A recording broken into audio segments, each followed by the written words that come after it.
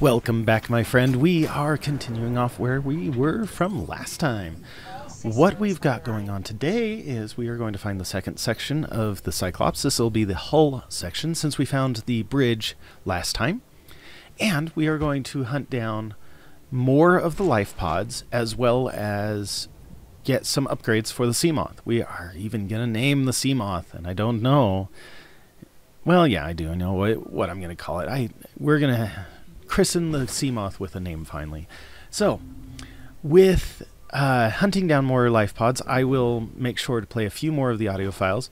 One of them I cut out because it basically just sounded like you'll hear bits and pieces of it, but it was just essentially a prayer. Yeah, and I was like, yeah, that's a little bit much. And right here, we unlocked the first piece of our modification station, which is what we need to make the bigger oxygen tank later in the game. Hopefully we can get that unlocked by the end of the episode as well.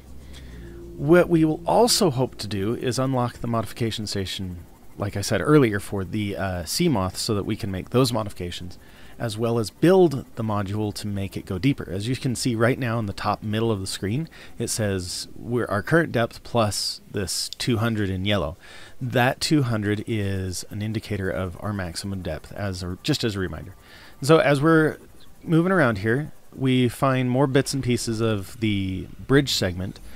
And just to give an idea of where we are on the map, I did some digging and I found this map, which is a really good map.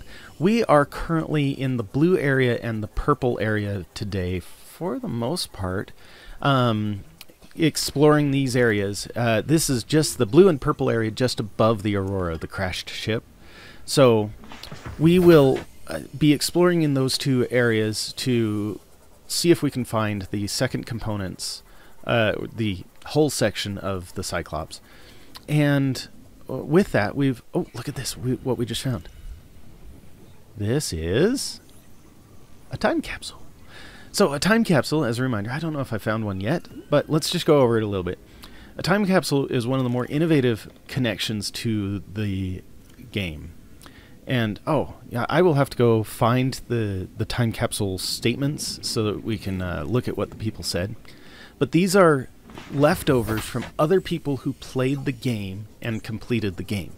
As a part of leaving the planet, you will drop a time capsule, and the way the devs wrote the coding is those time capsules get recorded on the server, I guess, and then randomly will be placed in other people's games for them to find. So it's a really fun little Easter egg, and you leave a screenshot and a little bit of materials. You can leave, there's been times where like you get like one of the tools or something like that. And it's just a fun little connecting point saying other people have played this game too, you can make it. It's really fun. So let's play this one. This is the one that next, oh yeah, we're looking at what the description is for the alien arch. This is what happens every time we scan something. We get a little entry in here. But let's go listen to this. This guy sounded a lot like he was praying. So I kind of muted him while we found our first section of the hull, and he was really weird. I don't know. This was like the only one that kind of gets all preachy and religious-y. The guy knew he was dying, and eventually he hits a critical moment and he dies. But while we're finding this whole sections, let's go down and look at the various different upgrades we can do. We have the ability to make the depth upgrade, and then the Cyclops. We've got 2 out of the 3 pieces completed, which means this next whole piece will just be titanium. And as we continue our search, we're going to start grabbing as many resources as we can, because we've got we're going to build a laser cutter and the modification station for the Seamoth, and we're going to need to just continually improve our abilities to get into, say, the Aurora, maybe get saved by the Sunbeam, and proceed with the game. So I'm speeding this up a little bit because this was lots of resource collecting. I went along this whole wall. Like, this is a kind of a cliff side that was created by the crash of the Aurora. So This has destroyed a lot of things, as well as just kind of brought in some more resources just hanging on the wall and everything. But I was thinking while I was doing this search along this wall area that we would find sections of the drive for the Cyclops, but apparently not. We will have to find that later. And oh, right here, this is the coffee maker. If you are playing through on survival mode, the coffee maker is a free way of getting liquids. So if you don't have a way of making water yet and your character is starting to dehydrate, the coffee maker will help you survive through your dehydration. I think it does induce a little bit of hunger. Oh, and right there I looked down a chasm. We need to go down there in a future episode, but it's not going to be today. Oh well. So, we're back at the base. I'm going to make any repairs. You can see that little panel where we're going to put future upgrades. We can put up to 4 into the Seamoth, which is actually a kind of nifty mechanic because it makes you consider what your favorite or what most useful mods would be to add to your Seamoth. And it just means you can't have everything. So, you know, there's that power extender that we picked up. That will be useful as we get closer to building maybe a bigger base. And let's see here. I was telling you about the coffee maker, and we've got a few other things going on here. So we need to... What do we want to build? Yes, we need to build the laser cutter. And we have diamond. So all we need to do is put together a battery, some sulfur, and some titanium. So really quickly, we're going to grab the resources to build that. Just poking around here, I grabbed the titanium and all that jazz. And it's funny because I actually only grabbed 1 of the acid shrooms. I don't know why I was thinking you only needed 1, but you need 2 to build a battery. It's yada yada. So we got the laser cutter. This will come in handy because there are some doors that are marked, and you'll actually see me just in a little bit go attack a door with the laser cutter and not succeed at cutting through it because you're looking for a certain type of door that has kind of like this battered and burnt look on the door. If it's a clean door that just has the red lights, it's not going to work. Ooh, and look at this! We have a window now. Look, we can see out. It's like the beginning of making our habitat bigger. It's so fun. In a rather interesting news twist, as finished as I considered the game of Subnautica, it turns out that there's rumors that the devs are still working on the game to make it better. And there have been some minor updates recently. But I've gotten a hold of all the materials that we need to be able to build a modification station. So let's put that, yeah, right here looks really good. Let's do that. This is what the modification station looks like. Kind of takes a chunk out of our wall, but I don't know if you noticed the Seamoth suddenly just pop down into the water and get picked back up. It's kind of funny.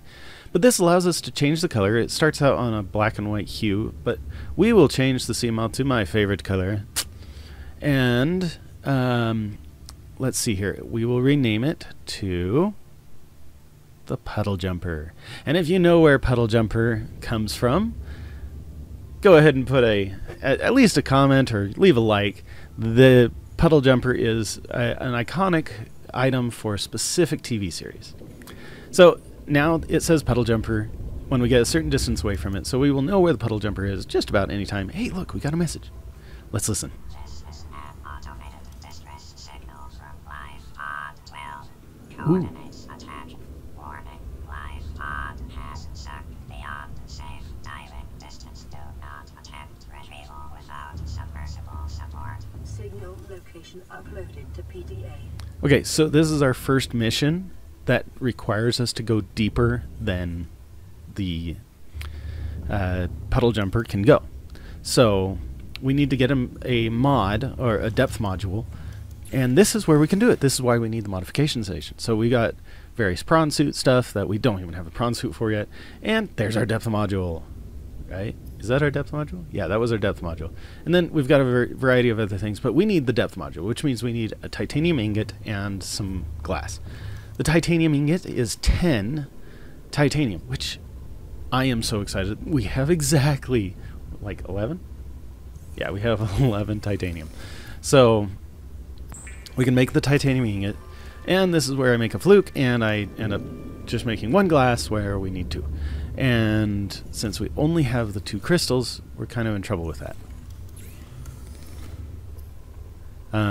Because we need to go get more crystals.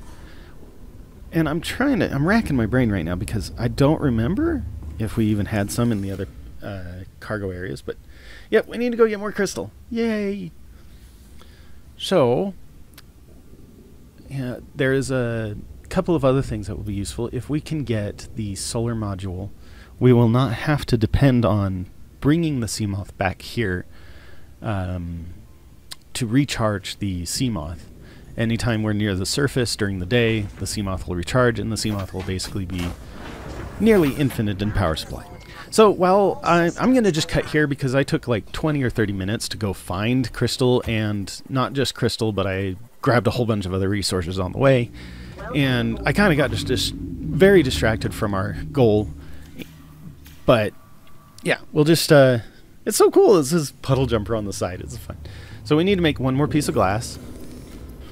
Yeah, I'm kind of laughing at myself because I was looking at it, and one of the things I did in this moment was I think I just made enameled glass, and we don't need enameled glass. Oh, or I'm getting ready to make enameled glass, so I make 2 enameled glass when we don't need it. No, not 2. I just make 1. And I used up the 2 glass that we needed to be able to make the depth module. Yeah, I'm shaking my head over this because I was kind of acting weird, and I go over with all the expectation of making the depth module, and it's like, wait a minute, what? No! I need another glass. Luckily, during my little escapade, I collected quite a bit of crystal, so we should be good. There's the crystal right there. So we'll build 1 more normal piece of glass, and we will make that, which will, of course, enable us to go to that life pod that is deeper than safe depth to swim at. Even though we don't have like the extra pressure suits and stuff, we will be severely limited on our oxygen, which having the Seamoth nearby will help with. But let's go make that module. Now when this replicates, we pick it up, we go over, and we go over to that little thing, and we have to like look right at it to be able to access this, and then you can place it in any of the 4 spots, and you might have to remove stuff later on, or depending on what you want to do. Like torpedo module is really cool, but not exactly useful for the exploration. So let's go get that life pod. And on our way, let's see if we can get, those are some of the messages that happened recently, and let's get the crew log for the day of the crash. I don't know what the heck is happening. I'm scared, and I'm not going outside. There are shadows in the water under the hatch, but I can't tell if they're rocks or aliens. And there's weird-looking caves nearby. The Aurora was carrying everything needed to build the phase gate. Mobile vehicle bays, bioreactors, propulsion cannons. It had a cinema. There was a zero-G gym. My cafe. I don't understand how we're here now. I don't know why no one's coming.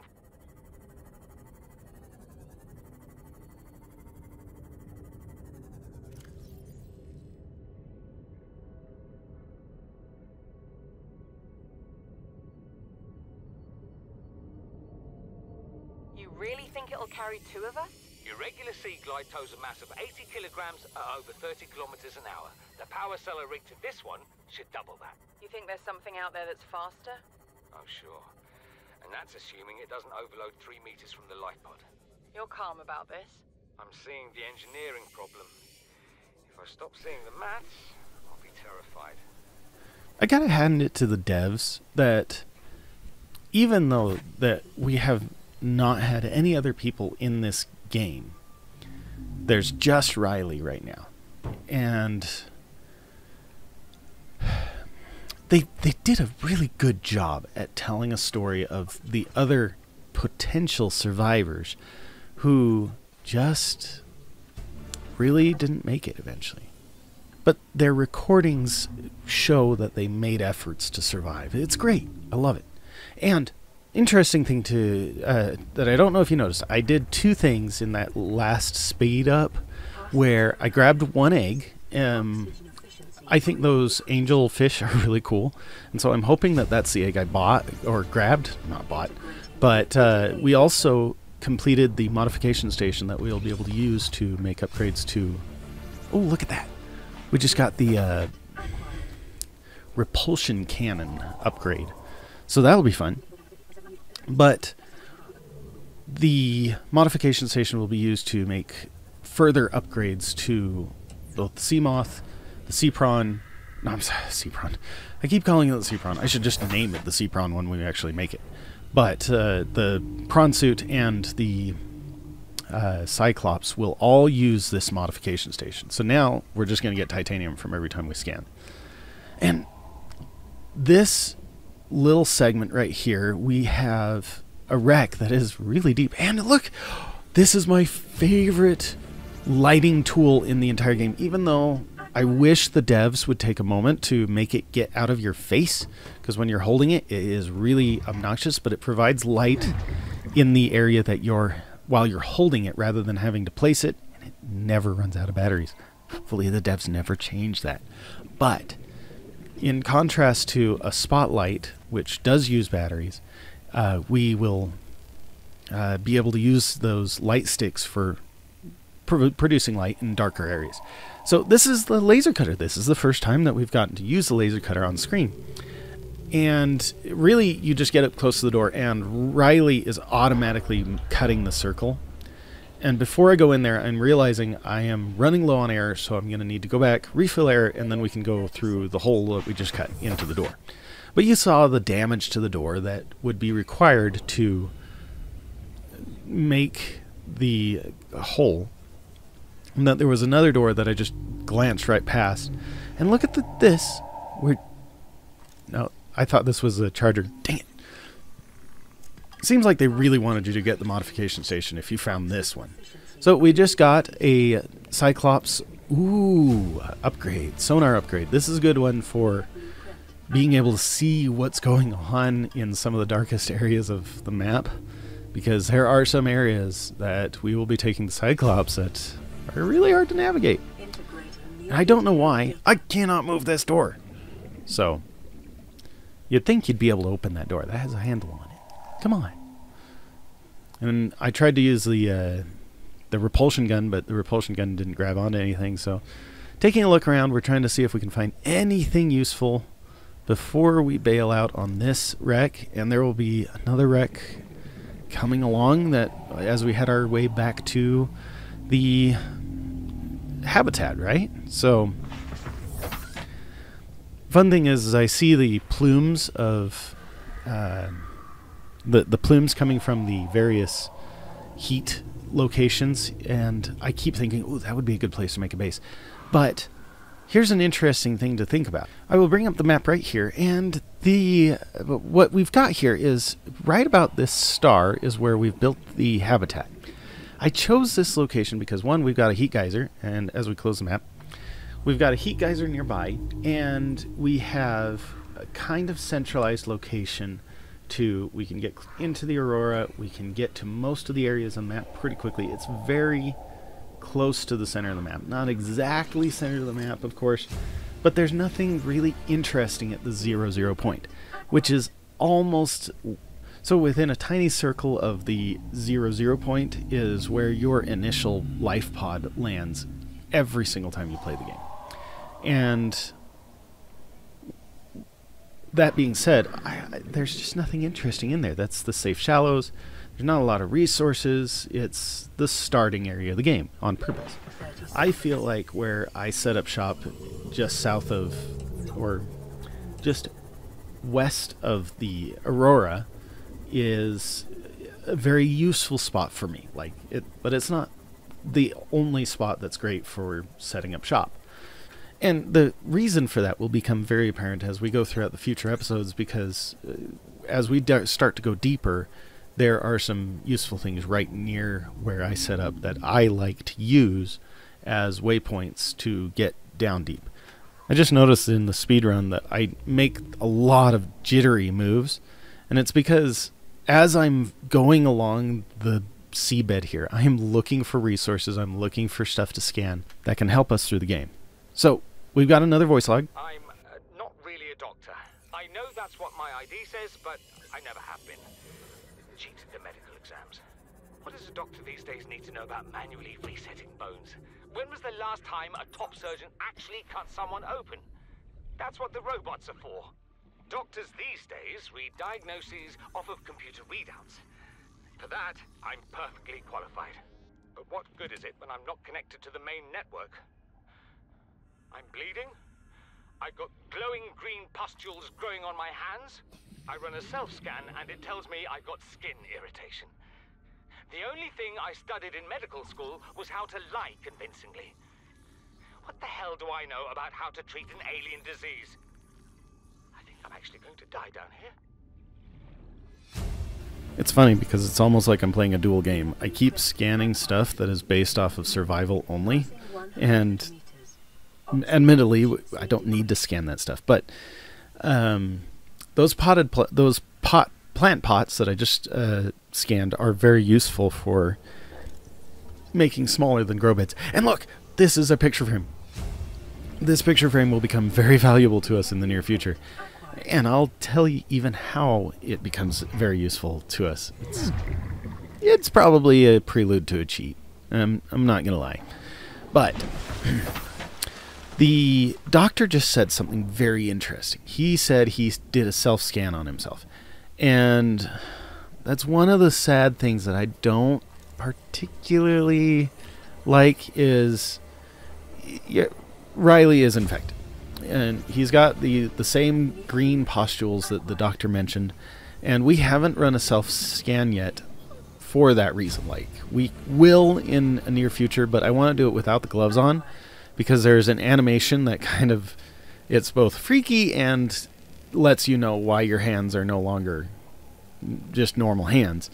But we have to take the gloves off Riley and then do the self-scan in order for that to show up. Otherwise, you just see his hands and he shudders in pain, but you don't really know why. And I think that's one point where the devs should have probably pre-programmed that one to like have him like rip off his glove and be like, "What the heck?" instead.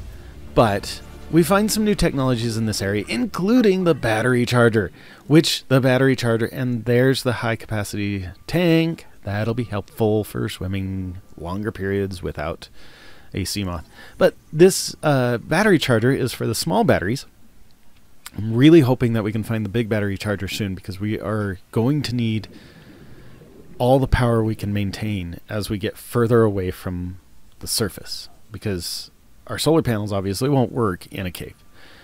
That being said, we at least have the small battery charger, and that'll be helpful for charging everything and getting ready to go to the Aurora. I know I keep alluding to this, but the Aurora is kind of a dangerous and risky place to go into. So as we progress towards it, we want to have at least most of the tools, which I think we are pretty close to having most of the tools. But now that we have the battery charger, we are going to recharge everything before we make the jump to going to the Aurora. We also have to find a few more data logs that will have the codes to the Aurora. Or I'm just going to have to go online and look up the data codes to, not data codes, but door codes to the Aurora. So we found LifePod 6, even though LifePod 6 hasn't shown up on our radar yet.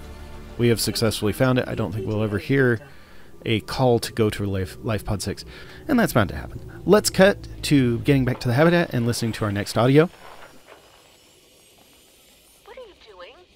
You were gone so long. I thought you'd drowned. Put the flare down. I was going to try and attract someone's attention. That's not a distress flare.